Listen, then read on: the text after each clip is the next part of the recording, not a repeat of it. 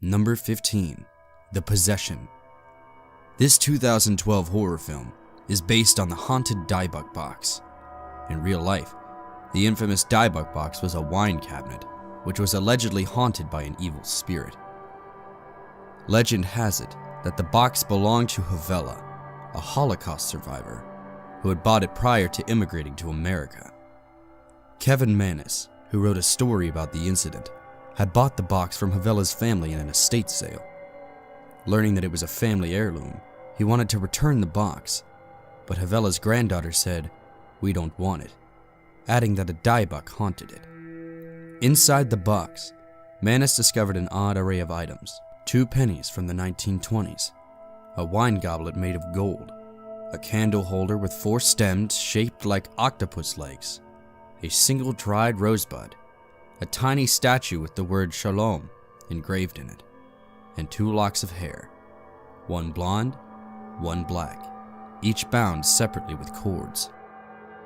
The box has been owned by a number of individuals, and all have reported strange happenings occurring with its ownership. Many have said that a strong smell of jasmine flowers and cat urine emanate from the box, as well as nightmares that entail an old hag. Mannis himself reported that when people would stay with him while he owned the box, several of his visitors shared the same nightmares, and when he passed it off to his mother as a birthday gift, she suffered a stroke. Other owners have claimed that they suffered health problems once they came into possession of the cursed box, including welts, coughing up blood, hair falling out, and hives. The last known owner bought the box off of eBay, and after speaking with rabbis about how to seal the evil spirit inside the box, he did so and hid the Dybbuk in an unmarked location. The film follows a similar plot, where a girl called M finds a strange wooden box engraved with Hebrew at a yard sale. Her father, Clyde, buys the box for her, and she starts to hear whispers coming from inside. Opening it, she discovers several odd items, including a dead moth and a ring. Once she starts wearing the ring, she begins acting strangely and violently, and odd things start to happen inside their home. The Dybbuk eventually possesses not just M, but Clyde too. Exorcisms are performed, but once the box is gotten rid of, it is still cursed, claiming the lives of many throughout the film. Before we go any further, do you enjoy scary movies? Let me know in the comments with a simple yes or no. My answer would be, absolutely. Nothing better than a little self-induced fear. If you're feeling generous, please leave a like as it really helps us out. Number 14. Eaten Alive. Based on a real-life psychopath, Eaten Alive is inspired by Crazy Man Joe Ball, an American serial killer who may have fed up to 20 women to alligators in the 1930s. Ball served in the front lines in World War I before beginning his bootlegging career. Once Prohibition had ended, he continued his career in liquor by opening a saloon in Elmendorf, Texas. The Sociable Inn held a pond with 6 alligators. He charged extra from his customers to view the monsters during their feeding time. He allegedly fed the alligators mainly cats and dogs. It didn't take long for Ball to start murdering area women and adding them to the alligators' meals. Barmaids, ex-girlfriends, and even his wife. When the last went missing in 1938, sheriff's deputies came to interrogate him. Apparently, Ball knew the jig was up and didn't want to rot in prison, so he'd shot himself with a handgun he'd stashed away in the saloon's cash register. Clifford Wheeler, Ball's handyman, led officers to the decomposing bodies of 2 of the victims, Minnie Gothard and Hazel Brown. Clifford had helped Ball try to dispose of them. Wheeler claimed that Ball had killed 20 or more women, all of whom he'd fed to the alligators. The Alligator Man is now a thing of Texas folklore. Makes you wonder what else lurks in them there swamps. Number 13. The Rite. Yet another exorcism movie. The Rite is based on the life of one of America's most famous exorcists, Father Gary Thomas. The thriller follows experiences Thomas had when he was being trained as an exorcist. In the film, the son of a funeral home owner, Michael Kovac, helps to earn a free college degree by entering a seminary school and renouncing his vows once he's received his diploma. After Michael is ordained as a deacon, he resigns, claiming his faith is lacking. However, a chain of events leads Michael, still dressed in his clerical clothes, to give out the last rites to a fatally injured cyclist on the street. Upon absolving the girl of her sins, Michael returns to the church after Father Matthew convinces him to become an exorcist. He didn't take much convincing, being that he was told that the resignation might lead to the church turning his scholarship into a $100,000 student loan. He is then sent to the Vatican for exorcism classes with Father Xavier. Michael soon finds himself alongside another senior exorcist, Father Lucas, in the home of a pregnant young girl named Rosaria, who was raped by her father, resulting in her being possessed by evil. The possession causes the girl to speak fluent English and cough up 3 nails. Eventually, Rosaria tries to drown herself and, while hospitalized, Father Lucas performs another exorcism upon her. However, that night, Rosaria dies from blood loss after a miscarriage. It seems that the evil didn't go far. Father Lucas begins showing signs of demonic possession. He himself knows that he is possessed and asks Michael to find Father Xavier to perform an exorcism on him. Unable to contact him, Michael successfully performs the exorcism himself. This experience returns Michael's lost faith to him, and he stays with the priesthood. All of this based upon the real-life experiences of Father Gary Thomas. Number 12. The Zodiac Killer. Most people have heard of the Zodiac Killer.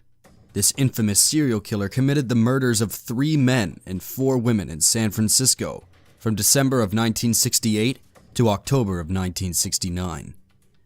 The 1971 film is loosely based on these events, though it names the killer, provides him a backstory, and fictionalizes the investigation. In the film, the Zodiac Killer is a postal carrier. His friend is falsely named the Zodiac Killer after a series of events leads him to claim to be the murderer, and he is shot dead by police.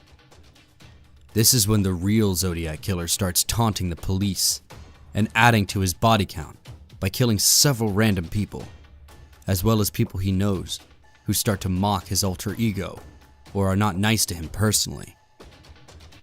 The film creates a motive for his crime spree through the man's unhappy relationship with his father.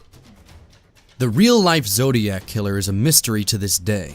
His attacks included gunning down 2 high school lovers on their first date, shooting another couple near the site of the first murder, although the man survived the shooting, stabbing another couple, again, the male victim survived, and shooting a cabbie dead. Several more attacks have been attributed to the Zodiac Killer, including the kidnapping of a pregnant woman and her child. They managed to escape, and the stabbing of a young woman who was studying in the library. As depicted in the film, the Zodiac Killer truly did taunt the police, sending letters that termed himself the Zodiac, along with 4 cryptograms, only one of which has been solved. The solved cipher reads, "I like killing people because it is so much fun. It is more fun than killing wild game in the forest, because man is the most dangerous animal of all. To kill something gives me the most thrilling experience. It's even better than getting your rocks off with a girl. The best part of it is that when I die, I will be reborn in paradise, and those I have killed will become my slaves. I will not give you my name, because you will try to slow me down or stop my collecting of slaves for my afterlife. Ibiori Timeth Piti." Some believe that the killer must have been involved in law enforcement at some point, because there was an utter lack of evidence each time he killed. Although suspects were named, the evidence was never conclusive for a conviction. The high-profile, unsolved case was eventually closed, but as new technologies began to advance, the case was reopened in 2007. However, no new leads were drawn. Number 11. The Exorcism of Emily Rose. The Exorcism of Emily Rose is based on a series of real-life exorcisms performed on a young German woman, Anneliese Michel, which eventually led to her death. Anneliese had an epileptic seizure at 16 and was diagnosed with temporal lobe epilepsy. She also suffered from depression and was sent to a psychiatric hospital for treatment. This is where she started hearing voices and couldn't stand to be around religious objects like the crucifix. By the age of 20, she claimed she saw devil faces and began having other spiritual delusions, including hallucinating voices that would tell her to rot in hell and condemn her while she was praying. Soon, she became suicidal, and, believing demons possessed their daughter, Mikhail's parents sought help from a Catholic priest. At first, the priests refused, citing the need for a bishop's permission to perform an exorcism, but Mikhail's condition worsened. She became more aggressive, started to eat insects, drank her own urine, and injured herself. In the end, 2 local priests sought permission from the bishop, and over a 10-month period, they performed exorcism rites on the young woman. Priest Arnold Renz performed the first exorcism in 1975, after which Mikhail's parents ceased any and all medical treatment, relying solely on the exorcism to improve her condition. 67 sessions were performed, some lasting up to 4 hours. Mikhail didn't improve, saying her condition was a sacrifice, and claiming she was dying to atone for the wayward youth of the day and the apostate priests of the modern church. As she weakened, she refused to eat or drink, and on the 1st of July 1976, she died from dehydration and malnutrition, weighing 68 pounds on her deathbed. Her autopsy showed that she had broken knees, resulting from her rigorous genuflections. She'd contracted pneumonia, and she'd been in a state of semi-starvation for the year the exorcism was performed. Her exorcism became infamous. The rarely used 400-year-old rites of exorcism caught the eye of the media and the public and was strongly denounced.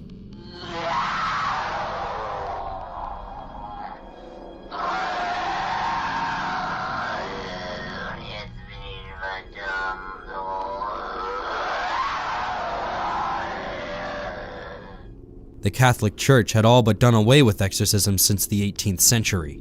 The priests involved were found guilty of negligent homicide, as were Mikhail's parents. They served a 3-year probation sentence and paid a fine, but the case was highly charged as negligence and abuse, while also bringing religious hysteria and mental disorder to the fore. Number 10. The Strangers. The Strangers is a combination of real-life events and inspiration from the serial killer Charles Manson. The director of the film, Brian Bertino, drew from his own childhood. One night, a stranger knocked at his door, asked if someone was home, and then walked away when he was told that this person didn't live there. But Bertino later discovered that someone had broken into a number of homes in the neighborhood that night. The movie mirrors this. In it, at 4 in the morning, a stranger knocks at the door of a summer home where a couple is staying. The woman asks for someone who isn't there, and then leaves. James, the man in the coupling, heads out for a bit, and the woman, Kristen, hears odd sounds coming from outside. She finds a man in a sack mask watching her from the backyard, and she hides from him until her boyfriend returns. Kristen tells James what happened, after which he finds his car has been burglarized, and the woman who had knocked earlier is watching him from a distance wearing a doll mask. Through a series of events, James and Kristen eventually find themselves captured by the masked strangers, tied to chairs in their living room. "Why are you doing this?" Kristen asks the strangers. The woman responds, "Because you were home." The couple is then stabbed repeatedly by the strangers, and the movie ends with 2 young boys discovering their bodies. Bertino, the film's director, cites Helter Skelter, a true crime book about the Manson family murders, as a primary source of inspiration. Manson is known to have led a sort of cult commune in California in the late 60s, in which he preached Helter Skelter, a term taken from a song by the Beatles. Manson thought it meant an apocalyptic race war was approaching, and he thought murdering people would help begin the war. In the summer of '69, the Manson family murdered 9 people, according to Charles Manson's instructions. Number 9. The Haunting in Connecticut. Loosely based on real events that took place, this 2009 American psychological horror film is said to be about Carmen Snedeker and her family who lived in Southington, Connecticut in 1986. Famed paranormal investigators Ed and Lorraine Warren said that the Snedeker home served formerly as a funeral home. The morticians who worked there, the Warrens claimed, had committed necrophilia with the corpses. An exorcism was performed in order to rid the strong supernatural forces that had found a home there. Catholic exorcists were brought in to perform an exorcism.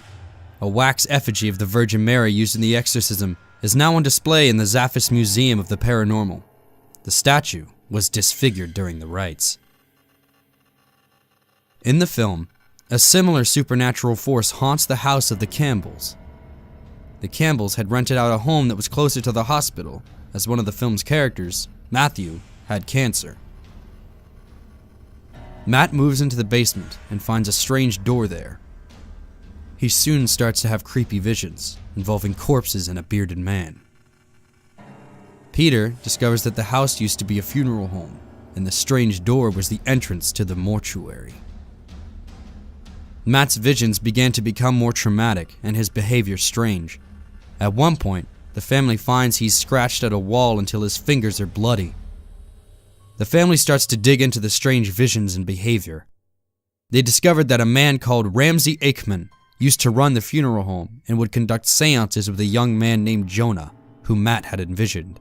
One of the seances led to multiple deaths, including that of Aikman, after which Jonah vanished. Though many believe Jonah's spirit to be the evil one, in the end it turns out that Jonah was actually protecting them from the evil spirits, corpses, that Aikman had hid in the walls of the house. Jonah had been cremated alive by them during the seance. When the family discovers this, they remove the corpses from the walls, and Matt lights them and the room on fire. Luckily, Matt survives the fire and his cancer, and once the corpses are freed, the evil leaves the house as well. Although, it will likely hang about you long after the movie is over. Number 8. The Girl Next Door. In 1965, a truly evil crime unfolded in the state of Indiana. The Girl Next Door is loosely based on this crime. What occurred in Indianapolis at the hands of Gertrude Benetsuski, her children, and some other neighborhood kids can only be described as torture. For $20 per week, Benetsuski had been entrusted to take care of a 16-year-old girl, Sylvia Likens, along with her sister Jenny. Sylvia's parents were carnival workers, and her father, Lester, boarded the two sisters with Benetsuski when their mother was put in jail for shoplifting. He asked Benetsuski to straighten his daughters out.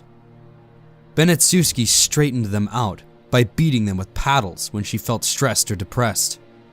For some reason, she began zeroing in specifically on Sylvia, emotionally and physically abusing her, and encouraging her children to do so as well. The older children started beating her, pushing her down flights of stairs, and even kicking her in the genitals. Benetsuski called Sylvia a prostitute and would rant about how filthy she was. Soon, Stephanie Benetsuski's boyfriend, Coy Hubbard, became involved in the physical abuse, along with the pair's peers. They were, again, encouraged by Benetsuski to beat and torture her, tie her up, put out lit cigarettes on her, burn her with boiling water, make her eat feces, put salt in her open wounds, and sexually assault her. The Likens girls tried to contact their parents and family members for help, but their letters went unanswered. Their older sister thought they were exaggerating and just wanted to get out of their situation. She did, however, visit the Benetsuski home and contacted social services when she'd learned from Gertrude that Sylvia had supposedly run away. The Likens' parents completely ignored their cries for help. Eventually, Benetsuski would not allow the Likens to go to school, locked her in the basement, made her bathe in scalding water, rubbed salt in her wounds, and deprived her of drinking water to the point that she was dehydrated.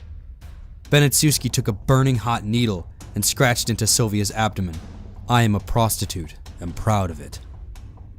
She then forced her to write a note to her parents, indicating that she had run away. Her plan was to have her children dump her withered body in a nearby forest to die.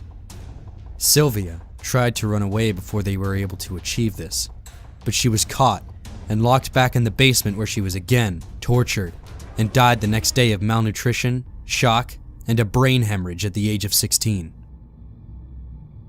Stephanie Benetsiewski realized she was not breathing and asked Richard Hobbs to call the police. Gertrude gave the police the runaway letter she'd forced Sylvia to write. She told the police that Sylvia had agreed to prostitute herself to a group of boys, but the boys had taken her and tortured her. However, Jenny Likens asked to speak to the police in confidence before they left the house. They found Sylvia's body and, along with Jenny's statement, brought the Benetsiewski's family and those neighborhood youths who were involved in the despicable torture and murder of Sylvia to trial. Gertrude and her daughter, Paula, were sentenced to life in prison. The neighborhood boys involved and John Benetsiewski were convicted of manslaughter. The prosecutor described the case as the most terrible crime ever committed in the state of Indiana. Number 7. Child's Play. Believe it or not, the infamous Chucky doll is based on a true story. Author and painter Robert Eugene Otto claims that his nurse put a voodoo curse on one of his dolls, and the script of Child's Play is based on this haunted doll. The real cursed doll, also known as Robert the Enchanted Doll or Robert the Haunted Doll, is at the center of ghost tours in the Key West region. Robert has woolen or yarn hair and is dressed like an American sailor from the early 1900s. Although Chucky doesn't at all resemble Robert, he is certainly equally as creepy. Child's Play is the first installment in the series of slasher films in which a mother gifts her son a doll which is possessed by the soul of a famed Chicago serial killer. The man's evil soul enters the doll after he is killed in a shootout with homicide detective Mike Norris in a toy shop. When the doll is gifted to the boy, Andy, the boy's babysitter is killed that night. She falls out a window after being slammed in the face with a hammer, and Andy is suspected by the police. The next day, he is ordered by Chucky to go downtown because the serial killer wants to pay a visit to Eddie, one of the serial killer's friends who abandoned him. The doll turns up the gas on the stove and messes with Eddie until he takes a shot at the stove, causing an explosion. Andy is, again, suspected of the murder and is put into a mental hospital. Through a series of events, Chucky discovers that he must escape the doll's body and possess the first person who was told about him, Andy, while Mike and Andy's mother discover that the serial killer's soul can be destroyed via a fatal injury to the heart. After a lot of violence and many false death scenes, Mike finally shoots Chucky in the heart, killing the soul of the killer. Or so we're led to believe, until the next installment comes out.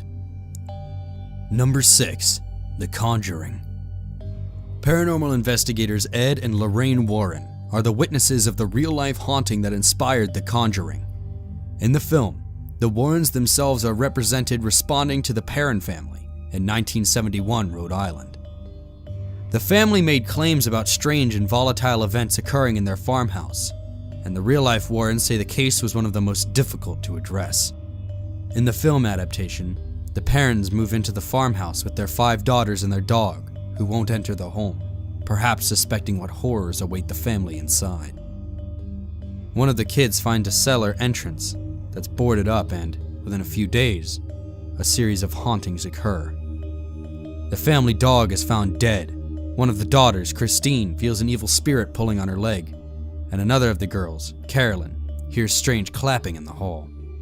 She follows the noises to see where they're coming from and ends up in the basement, where the spirit traps her. Simultaneously, 2 of the other girls are ambushed by another evil spirit living above the wardrobe. This is when the Warrens are called in for their expertise. Upon examination, the Warrens recommend an exorcism of the farmhouse. They must dig a little deeper and seek permission from the Catholic Church to go ahead with the exorcism. What they find is deeply disturbing. The history of the house's former occupant explains why evil resides here. An alleged witch, named Bathsheba, had sacrificed her baby to the devil. The baby had only been a week old. She then placed a curse on her land and those who would later reside there, after which she killed herself. Ever since that day in 1863, a number of murders and suicides had taken place on the property. After further investigation, including installing bells and cameras throughout the house, the Perron family decides to stay in a hotel while the Warrens appeal to the church for an exorcist. But while they're waiting, it is discovered that Carolyn has been possessed by Bathsheba and attempts to kill Christine. Ed Warren decides to try and perform the exorcism, as there's no time to wait for a priest. he is attacked by Bathsheba during an attempted exorcism. While Ed is incapacitated, Carolyn tries to kill April as well, but is distracted by Lorraine until the exorcism has been successfully performed, ridding of Bathsheba and her curse forever. Number 5. The Texas Chainsaw Massacre. If gruesome scary movie murders with chainsaws don't scare you enough, then perhaps knowing that some of the facts of this tale are based on true events might at least make your skin crawl. The concept for the 1974 horror film, The Texas Chainsaw Massacre, is inspired by the real-life murderer, Ed Gein. Some minor plot details were based on his crimes, and the main villain, Leatherface, is reimagined from Ed Gein's tendency to tan the skin of his victims and use it as clothing. Ed Gein was a murderer and body snatcher who wreaked havoc in and around Plainfield, Wisconsin in the mid to late 1950s. He was found to have exhumed bodies from area cemeteries in order to build himself seriously creepy trophies from the skin and bones of the dead.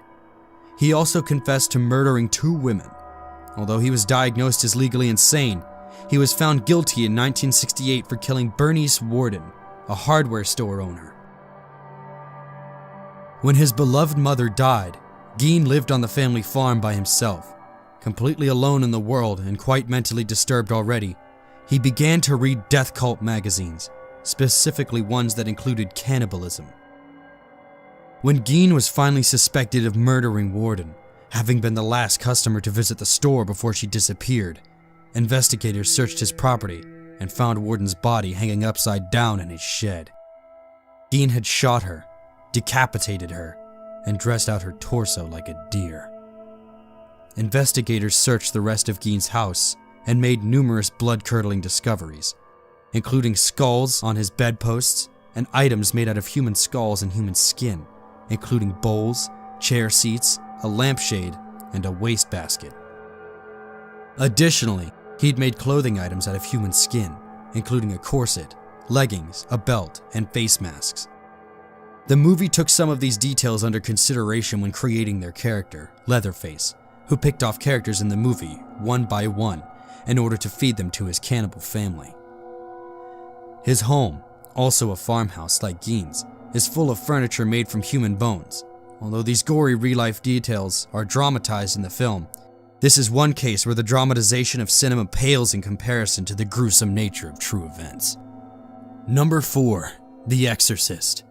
The Catholic Church performed an exorcism on a 14-year-old American boy in the late 40s.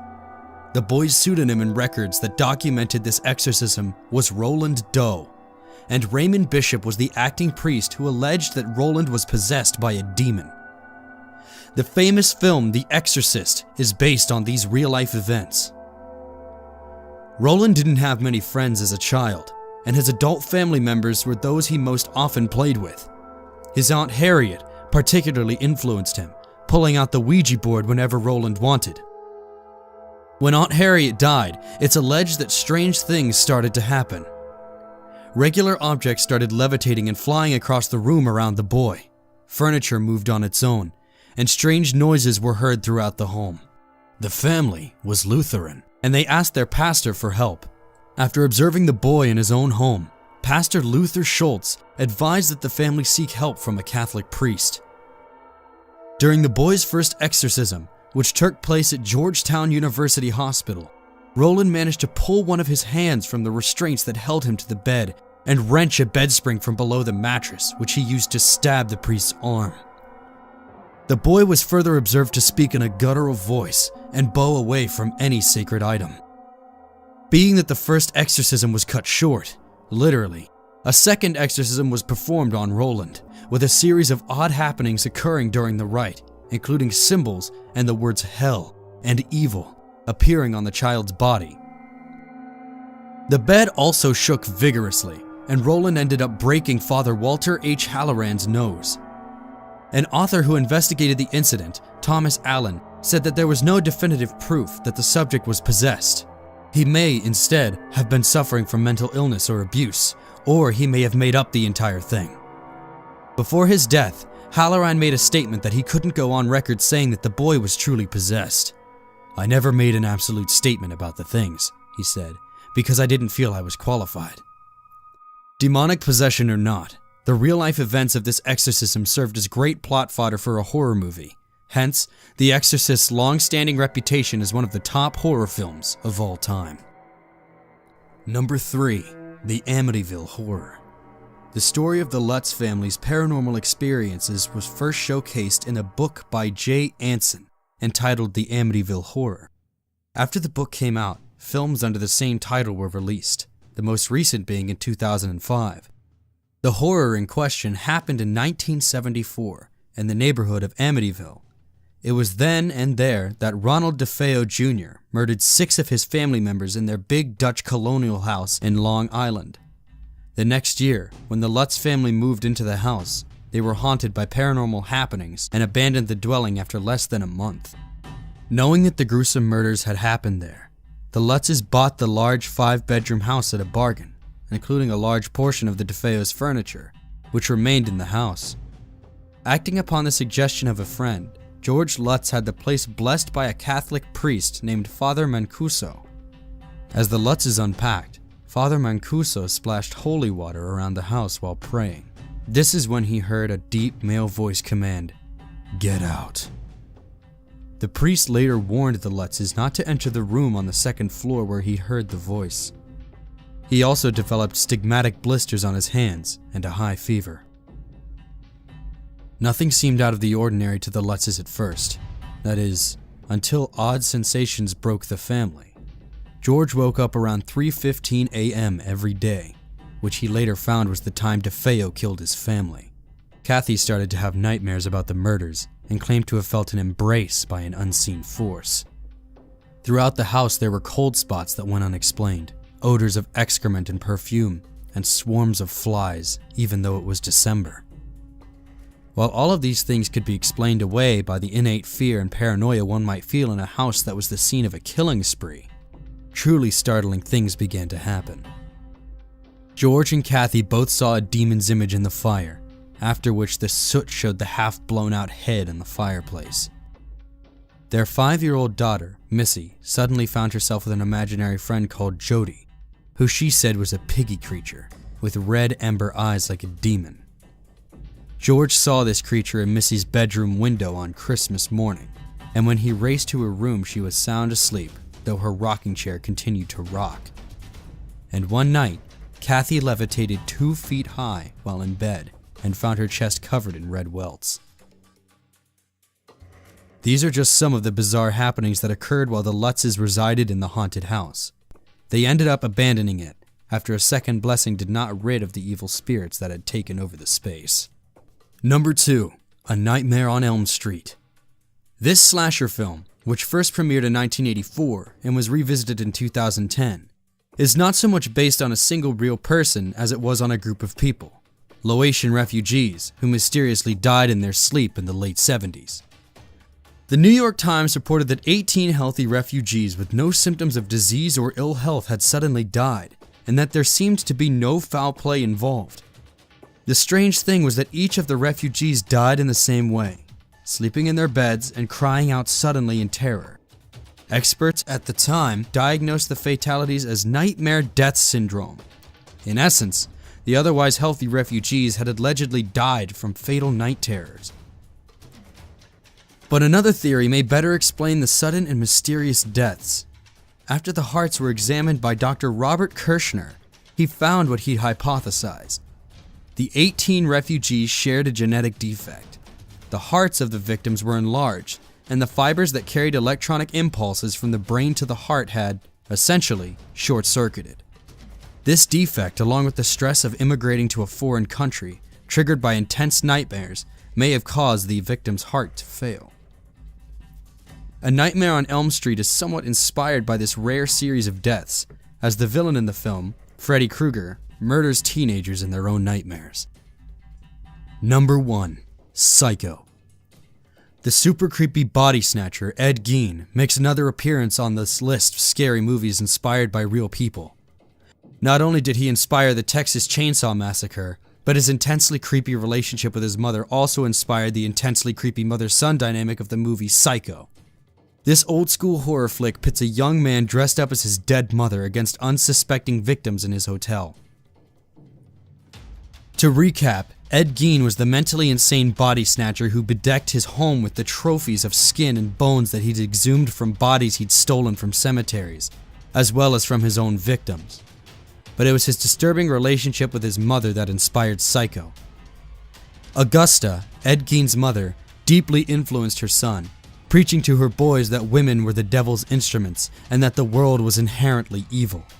She'd frequently read graphic verses from the Bible, often those that involve murder and death. Her impact on Ed in particular frightened his brother Henry, to the point that he tried to disparage their mother when she wasn't around in order to tap down Ed's affection for her. This may be why Henry ended up dead while the pair burnt marsh vegetation on the property. Although some people suspected that Ed had murdered his brother, foul play was dismissed and no charges were filed. When his mother grew sick, Ed took care of her. She died of a stroke in 1945, after which Ed was alone. This may be what led to his nocturnal visits to the graveyard to dig up middle-aged women who looked like Augusta. From the bodies, he extracted bones and tanned the skin to create his unsightly paraphernalia. He even built a woman's suit in order to become his own mother. This real-life killer is not a far cry from Norman Bates, the lead in Psycho, who exhumes his mother's corpse and dresses up as her, oscillating between his own persona and that of his mother's, all the while killing the guest of his hotel. Fact, in the end, is often not stranger than fiction.